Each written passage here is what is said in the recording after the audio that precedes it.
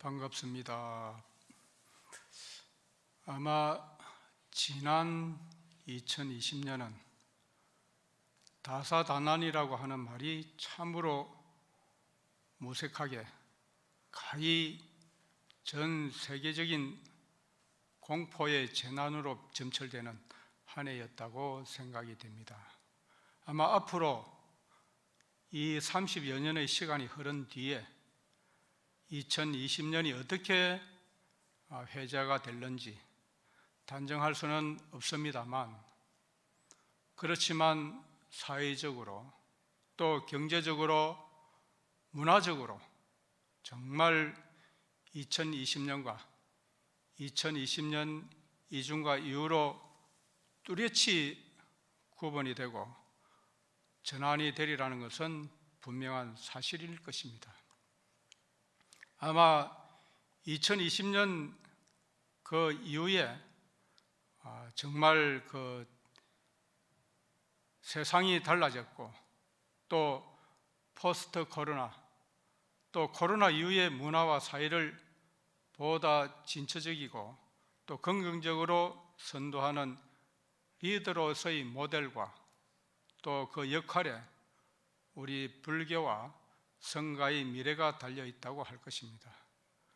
그리고 다양한 그러한 시도 가운데에서도 대표적으로 온라인 비대면 법회도 그 일환일 것이라고 생각이 됩니다.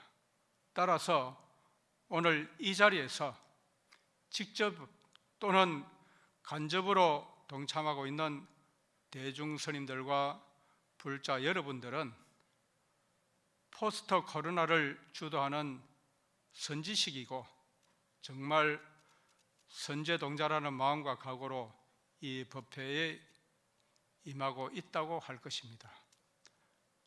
오늘 주제로 말씀드릴 화엄경 이세간품의 그 내용은 부처님께서 깨달음을 성취하신 그 직후에 21일 동안 설해진 경전 가운데의 한 부분입니다. 그러니까 그 깨달음의 그 순간과 그 깨달음의 감동과 그 깨달음의 경지를 그대로 넉넉하게 표현되어 있는 가르침이기도 한 것이고, 그대로 드러내고 온전하게 담겨 있다고 할 것입니다. 말하자면 부처님께서 직접 체득하신 깨달음을 있는 그대로 조금의 가감도 없이 여실하게 담겨 있는 오롯한 법문이라는 것이 화엄경의 가르침인 것입니다.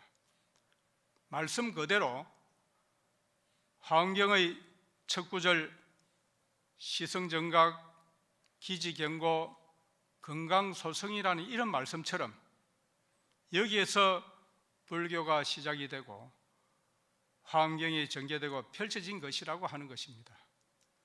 부처님의 경지와 부처님의 안목으로는 그저 이렇게 다이아몬드 보석처럼 빛나는 보배로운 땅이라는 것을 기지경고 건강소성이 상징한다는 그 말씀이라는 것입니다.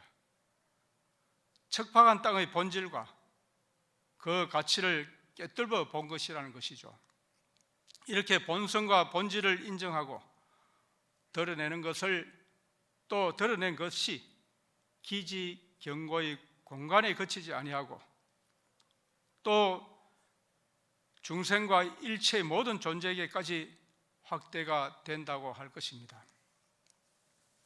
보잘것없고 참으로 무능한 우리들에게 단점투성이의 나약한 인간이 아니라 이제 귀한 존재, 뛰어난 정말 장점과 훌륭한 자질을 갖추어서 누구든지 장차 부처가 될 능력과 무궁무진한 가능성을 지닌 존재라는 것을 인정하고 존중하는 인불사상, 사람이 곧 부처라는 그런 사상에서부터 화엄경이 펼쳐지고 불교가 시작이 된다고 할 것입니다. 그렇지만 어찌 보면은 한편으로 21일 동안에 설해진 화엄경을 중생들이 온전히 알아듣지도 또 온전히 이해하지도 못했기에 중생들의 수준과 건기와 성향에 맞추어서 84,000의 49년의 가르침이 이루어졌습니다. 만약에 중생들이 화엄의 도리와 화엄의 법문을 이해하고 알아들었다면 84,000의 49년 설법은 없었을 것입니다. 이 말씀은 결과적으로 49년의 설법은 중생의 견해를 화엄의 이치로 끌어올리기 위한 과정이기도 하고 방편인 것입니다. 붓다가야 보리수 나무 아래에서 서가모니 부처님께서 깨달음을 성취하신 것이 12월 8일, 납을 8일 성도 제일이니까 12월 8일부터 21일 동안 화엄의 법석이 펼쳐진 것입니다. 전통적으로 불교에서는 21일, 37일을 특별하고 보다 중요하게 여기면서 기도와 전경과 정진, 이러한 등의 수행에 적용하고 있습니다만 그 자체가 바로 화엄경이 21일, 37일 동안에 설해진 것에서 유래된 것이라고 할 것입니다. 이러한 화엄 법석의 전통을 체험한다는 것에서 또 재현한다는 것에서 화엄살림 대법회의 각별한 의미가 있기도 한 것이기도 하고 또한 여러 사찰에서 봉행하고 있는 화엄살림 법회 가운데에서도 특별히 통도사 화엄살림법회는 역사적으로 그 시기적으로 또 그러한 기간적으로 가장 전통과 원형을 개성한다고 판단할 수가 있습니다. 이 화엄경은 납을 8일부터 21일 동안의 7장소에서 9차례에 걸쳐서 봉행이 되었습니다. 이것을 잘 알고 있는 내용처럼 철처구해라고 이렇게 하는데 오늘 주제로 법문을 하는 내용인 이세간품이 설해진 보강명전에서는 3차례, 즉 3회에 걸쳐서 화엄경이 설해졌습니다. 9회의 가운데 2번째 법회와 7번째, 8번째 오늘 이세간품이 설해졌다고 하는 것입니다. 그러므로 화엄경이 가장 많이 설해진 도량이 보강명전, 보강법당이라는 것입니다. 다시 이 말씀을 정리하면은 이세간품은 7처의 말씀 가운데에서 보강명전에서 9차례, 9회의 화엄살림 법회 가운데는 8번째와 회차에서 설해진 법문이라는 것입니다. 80권의 화엄경 가운데에서 이세간품은 7권으로 구성되어 있습니다. 그 내용은 보혜보살이 십신과 십주, 십행과 십회양, 십지와 등각과 묘각의 52수행계인 보살의 52가지 수행지위에 관해서 200가지의 질문을 하고서 그 하나하나의 질문에 대해서 보현보살이 각각 10가지의 대답을 하는 내용으로 불교의 수많은 용어와 수많은 법수를 화엄경의 안목으로 정리하고 이렇게 논하는 내용으로 구성되어져 있습니다. 이렇게 52위 수행 계의를 구체적으로 세분을 해서 200가지로 보혜보살이 질문을 하고 그 질문에 대해서 다시 세세하고 촘촘하게 보현보살이 2000가지로 답변하는 그 이유와 그 목적은 낱낱이 세밀하게 정리하고 설명을 해서 예를 돕고 우리 중생들의 수행을 독려하기 위한 일념에서 비롯된 것이라는 것입니다. 그래서 이 수행안품을 구성하고 있는 200개의 질문과 그에 따른 2000개의 답변, 그러한 문답의 실질적인 요지와 핵심은 바로 세간적인 것들, 이 세상에 살아가고 있는 것들, 그러니까 세속적인 마음과 세속적인 생각과 세속적인 의식과 행동이라든지 그러한 사항과 견해 등에서 이제는 멀리하고 벗어나게 하는 가르침으로 구성되어 있다는 것입니다. 이 말씀 자체가 이 세간을 떠난다든지 세상을 떠나거나 멀리하라는 말씀이 아니라는 것입니다. 이 세상에서 살아가면서 세속적이고 또한 물력적이고 이기적이면서 탐욕적인 그 기준과 가치를 벗어나고 여의게 하는 것이 이 세간이라는 것입니다. 이러한 세간적인 가치를 초월해서 보다 초연한 삶을 살아가는 것을 의미한다는 것이 이 세간품에서 말씀하는 내용이라는 것입니다. 세간에 묻혀 살면서 세간적인 가치를 벗어나고 또 벗어나기에 이 세간인 것이고 세간의 가치를 추구하지 아니하고 이제는 초연하게 정말 세간을 살아가는 현자와 성인의 존재가 바로 이 세간을 실천하는 사람이고 또 이 세간을 정덕한 사람이라는 것입니다. 이 세상을 살아가면서 이 세간과 부딪히면서 정말 세속적이고 세간적인 모든 요소들을 벗어버리고 멀리하고 또 벗어나게 하는 구체적이고 실질적인 방법이나 방편을 총망라하고 있는 것이라는 것입니다.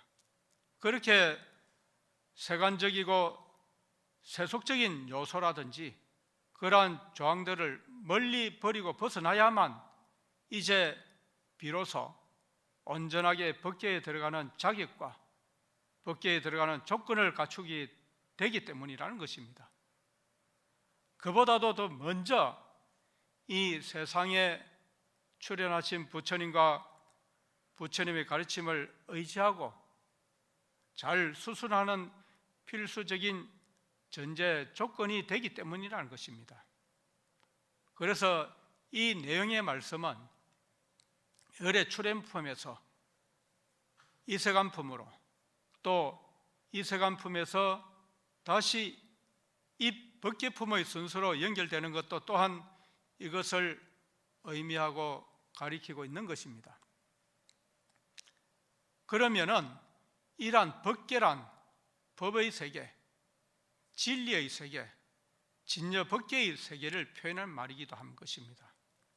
이 말씀 자체가 본 체계와 현상계를 묶어서 가리키고 있는 것입니다. 우리가 살아가고 있는 현실, 그 현실 그대로의 현상계와 그것을 그렇게 존재하게 하는 근본의 세계, 그 본 체계를 하나로 융합을 하여서 구분할 수 없는 그 상태를 표현하는 것이 곧 법계가 되는 것입니다. 세계와 우주, 또 그 우주 안에 존재하고 있는 모든 것은 곧 법으로 존재하고 진리로 존재하기에 이것을 온전히 법계인 것이고 법계의 천지만물과 삼라만상과 두두물물은 곧 그대로 진리이기도 하고 법이라는 것입니다. 세간이 곧 법계라고 하는 그 이치는 부처님께서 깨달음으로 증명하고 비롯이 되었습니다. 환경의 첫머리에서 시성정각하니 기지경고하여 건강소성이라는 이 말씀 자체가 나벌 8일 새벽 비로소 정각을 이루시고 완성을 하시니까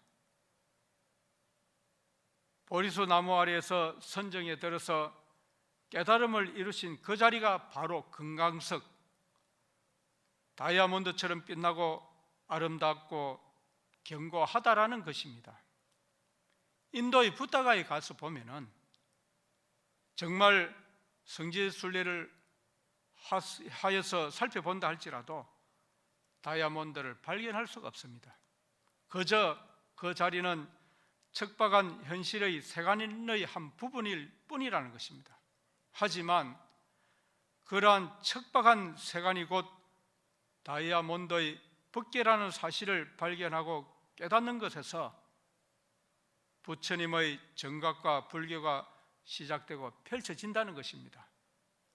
이 말씀은 그러니까 세간이 법계라는 것을 부처님처럼 깨달음을 통해서 체험하는 직접적이고 이제 능동적인 것이 가장 수승한 최상의 방법입니다만, 부처님처럼 정각을 완성하지 못한 우리들은 나름대로 간접적으로나마 이 세간이 곧 법계라는 경지를 체득하기 위해서 부처님의 가르침과 또 부처님의 지침을 의지하고 따라야 하는 것이 어쩌면 당연하고, 또 그런 부처님의 부촉과 그 유언이 바로 오늘 주제로 말씀드리고 있는 이세간품의 설명이고 내용에 온전히 들어있다고 하는 것입니다. 예를 들어서 운동선수와 또 감독과 코치의 비교를 할 수가 있습니다. 코치나 감독은 개별의 선수의 능력과 가능성을 믿고 알아보기에 선수를 나름대로 훈련시키고 단련을 시켜서 최고의 선수가 되게 하는 것입니다.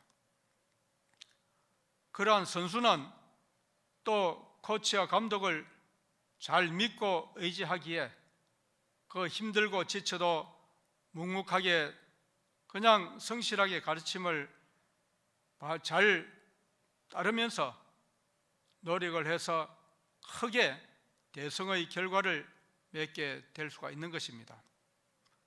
이 말씀은 의심하지 아니하고 시키는 대로 하게 되면은 성공할 것이라고 하는 무조건적인 나름대로의 신뢰를 바탕으로 그 가르침과 훈련에 매진하는 것에 온전히 들어있다고 할 것입니다. 우리들이 이 세간을 살아가는 그 역시 세간과 법계가 하나라는 부처님의 가르침을 믿는 그 신심을 바탕으로 이 세간을 벗어나는 방편이 되는 이 세간품, 즉 세간의 여러 가지 굴레를 벗어나게 하는 방편이 되는 이 세간품의 가르침과 이 세간품의 설명을 그대로 이행하고 나름대로 실천을 함으로써 법계에 들어가고 법계에 살아가게 되는 것이라는 것입니다. 아마 아마추어인 선수를 단련하고 또 가르쳐서 훌륭한 프로 선수로 대성하게 하는 감독이나 코치가 있다면 우리 중생에게는 장차 법계에 들어가고 또 불보살을 성취하도록 중생을 가르치고 또 중생을 인도하는 조사, 조장부인 부처님이 계신다는 것입니다. 열의 10호 가운데에서 조사, 조장부라는 이 명호는 중생을 이끌어서 가르치신다는 부처님의 특징을 상징하는 말이기도 한 것입니다. 부처가 될 가능성, 또 부처가 될 능력을 지니고 있는 중생을 훈련하고 또 단련하여서 그 중생들의 능력과 그 가능성을 최대한 발휘할 수 있도록 이끌고 가르치는 분이 바로 조사, 조장부이신 부처님이시라는 것입니다. 중생의 세간을 화엄의 법계로 화연, 변화시키고 구현하는 것이 불교 본연의 목적이고, 그렇게 노력하는 사람이 곧 불자이기도 한 것이고 보살이고 화엄행자인 것입니다. 이 세간을 법계로 인정하고 받아들이면 우리가 살아가고 있는 세간의 모든 중생들을 선지식과 보살과 부처로 보고 섬기는 시각과 견해를 갖추게 됩니다. 좁고 또 자기 중심적이고 이기적인 그러한 생각에서 멀리 벗어나게 된다는 것입니다. 이 법계품에서 선제동자가 만나는 사람마다 선지식으로 가르침을 받고 또 선지식으로 모시게 되는 것과 같은 이치가 온전히 우리들이 실현 가능하게 된다는 것입니다.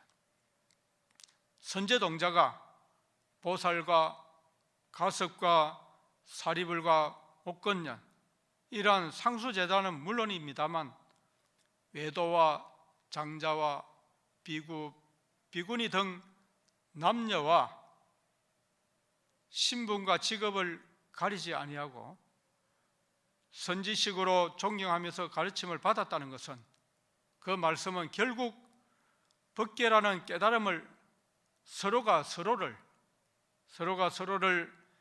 모든 상대방을 선지식과 보살과 부처로 인정하고 귀하게 여기고 존중하는 것에서부터 출발하고 완성된다는 것을 의미하고 있는 것입니다.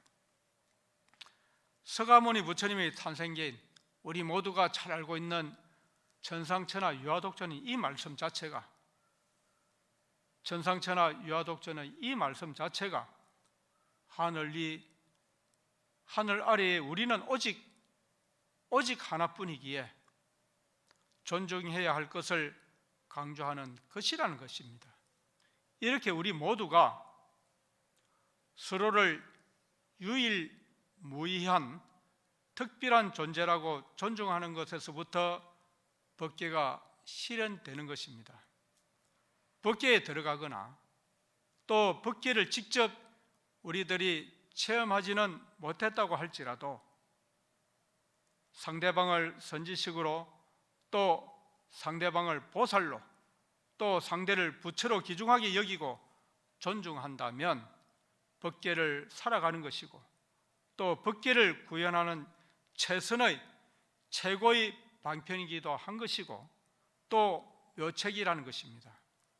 우리가 살아가면서 상대방의 장점을 보고 상대방에게 배울 점을 먼저 판단을 해서 선지식으로 여기고 상대를 존중한다면 법계의 보살에 가까울 것이고, 상대의 단점만 지적하고 상대의 단점을 헐뜯고 비난만 한다면 여전히 우리들은 세간적인 중생의 시각에서 벗어나지 못하는 것이 된다는 것입니다.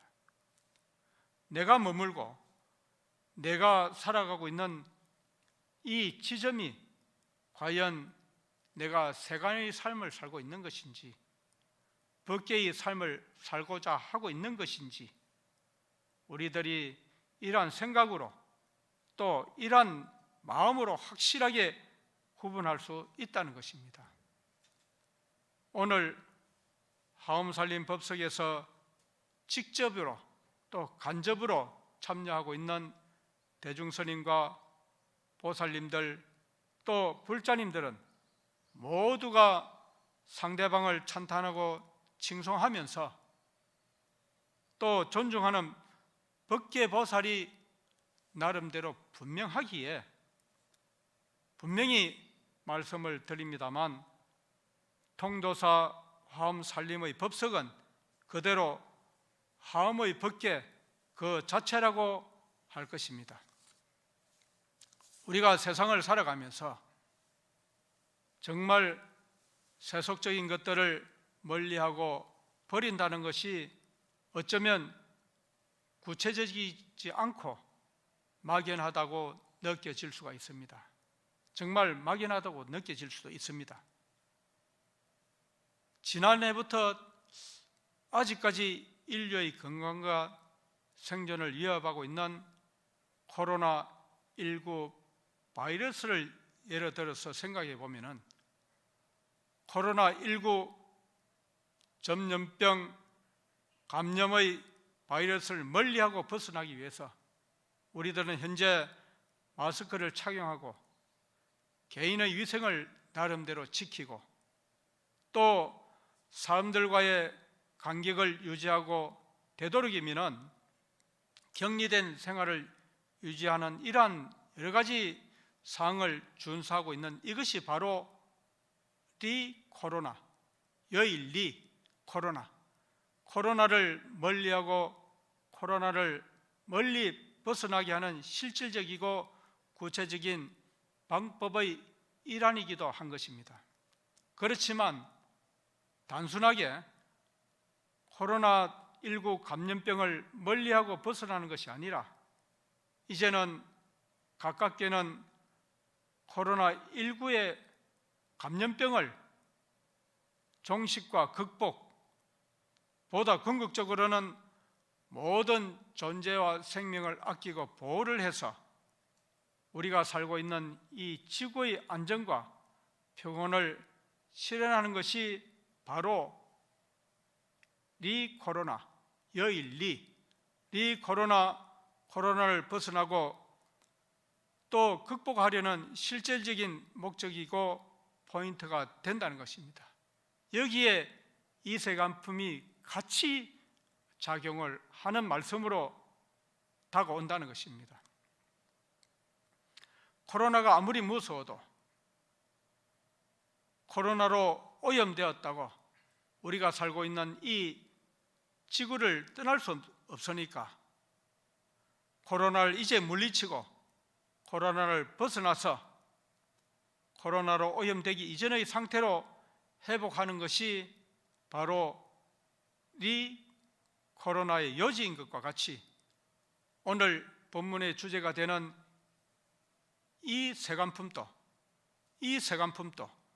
세간을 버리고 멀리 떠나라는 것이 아니라 세간적이고 또 이기적이고 탐욕적인 모든 것들을 여의어서 세간의 본체인 법계를 구현하자는 것에 있다는 것입니다. 화엄의 관점에서는 세간과 법계가 둘이 아닙니다. 세간과 법계가 둘이 아니다. 세간을 떠나서 별도로 법계에 들어간 것이 아닙니다. 이 세간을 떠나서 별도로 법계에 들어간다는 것이 절대 아니죠. 중생의 관점과 세속적인 시간에서 보면은 우리가 살아가고 있는 것이 그냥 세간일 뿐이고 보살의 관점과 보살의 시간에서는 세간이 아니라 이 세간이 온전하게 법계라는 것입니다. 그러니까 이 세간품의 200가지의 질문과 2000가지의 답변을 통해서 중생의 관점과 중생들의 시각을 이제 보살의 관점 또 보살의 시각으로 높이고 넓혀야지 비로소 법계에 들어갈 수 있다는 것입니다. 우리가 살아가고 있는 이 세간과 우리가 추구하고 있는 법계가 둘이 아닙니다. 세간은 법계가 드러난 현상이고 법계는 세간의 본체라고 하는 설명은 아마 바다와 파도에 비유하면 쉽게 이해할 수가 있을 겁니다. 우리는 바닷가에서 일렁이고 있는 파도를 보면서 바다를 느끼고 바다를 감상을 하고 있습니다. 그렇지만 아무리 높은 파도가 일어난다든지 태풍이 불고 폭우가 쏟아진다 할지라도 바다의 저 깊은 곳, 해저의 그 바닥은 외부의 어떤 상황과 조건에도 별다른 영향을 받지 않고 항상 여여하게 잠잠하고 고요할 뿐이라는 것입니다. 이러한 바다의 파도와 태풍과 폭우가 전혀 바다의 그 밑바닥 깊은 곳에는 온전하게 영향을 주지 못하고 있습니다. 우리는 어쩌면 바다 깊은 곳은 깊이 있게 관찰하지 못하면서 겨우 눈에 펼쳐지고 있는 들썩이고 있는 파도를 보면서 그저 바다 전체를 평가하고 있지는 않는지, 또 바다의 실체를 온전하게 모르면서 바다의 일부분이 되는 파도라는 현상만을 가지고 바다를 안다고, 바다를 온전하게 본다고 착각하고 있는 것인지도 모르는 것입니다. 우리가 살아가고 있는 이 세간과 또 우리가 추구하고 있는 법계도 그런 이치가 된다는 것입니다. 우리는 겨우 직접 부딪히고 또 경험하는 법계의 단편적인 그 현상인 이 세간만을 판단하는 것으로 우리들은 많이 인식하고 있다는 것입니다. 그것이 어쩌면 중생들의 한계이고 또 중생의 안목인 눈으로 보는 근한 육안일 뿐이라는 것입니다. 이러한 육안의 수준에서 머물지 아니하고 건강경에서 표현하고 있는 5가지 안목 가운데에서 천안과 해안과 법안과 불안으로서 부처님의 안목으로서 우리들의 시각과 안목을 보다 넓히고 높여야 한다는 것이 오늘 이 세간품의 요점이라는 것입니다. 이 육안과 천안과 해안과 법안과 부처님의 안목인 이 불안은 건강경에서 설하고 있는 완이라는 것입니다. 단순한 눈이 아니라는 것이죠. 우리들이 살아가고 있는 삶의 수준과 안목의 범위를 표현하는 말이라고도 하는 것입니다. 그냥 육신의 눈으로서 보는 육안에서 궁극의 부처님의 안목인 불안이 시작이 된다는 겁니다. 중생의 육안이 없다면 부처님의 불안도 부처님의 안목도 불가능하다는 것입니다. 그래서 우리들이 살아가고 있는 이 세간에서 법계가 시작이 되고 또 우리가 살아가고 있는 이 세상의 이치를 모른다면 법계도 역시 온전하게 체득하지 못하는 것은 어쩌면 당연한 것이라는 것입니다. 그래서 오늘 주제로서 말씀드리고 있는 환경의 이세간품은 보혜보살과 보현보살의 문답으로 이루어져 있는 내용으로 구성되어져 있습니다. 질문하는 분은 바로 보혜보살이고 거기에 따른 세세하게 답변하는 분은 보현보살인 것입니다. 보현보살은 환경을 상징하고 또 환경을 대변하고 있습니다. 또 환경의 요지인 것이기도 한 것입니다. 환경의 결론은 보현보살의 행원, 그러니까 보현행원품이 그것을 가리키고 있습니다. 먼저 거기에 따른 보혜보살은 보살의 의지와 또 그 기특한 생각과 그러한 행과 선지식과 부지런한 정진, 또 마음이 편안함을 얻는 것하고 중생을 성취하는 것하고 계율과 스스로 수기를 받을 줄 아는 것, 또 보살에 들어가는 것하고 열애에 들어가는 것, 또 중생들의 마음에 들어가는 것과 열애의 반열반을 보이시는 그러한 것 등등에 관해서 고구정령하게 나름대로 200가지의 질문을 보현보살에 하였습니다. 거기에 따른 보현보살은 그 한 가지 한 가지의 질문마다에 10가지로 정리하면서 답변을 해서 전부 2000가지의 대답을 하게 된다는 것입니다. 처음에 200가지의 답변은 십신의 행에 대해서, 또 그 다음 200가지의 답변은 십조의 행을 설명하는 것입니다. 다음에 300가지의 답변은 십행에 관한 것이고, 다음의 290가지의 답변은 십해양에 대해서 설명을 하였습니다. 다음의 500가지 답변은 십지의 행에서 관한 말씀을 한 것이고, 마지막 510가지의 답변은 인이 원만하고 그 과가 만족한 등각의 지위에 대한 설명이란 내용 등으로 전부 2000가지의 답변이 이루어져 있습니다.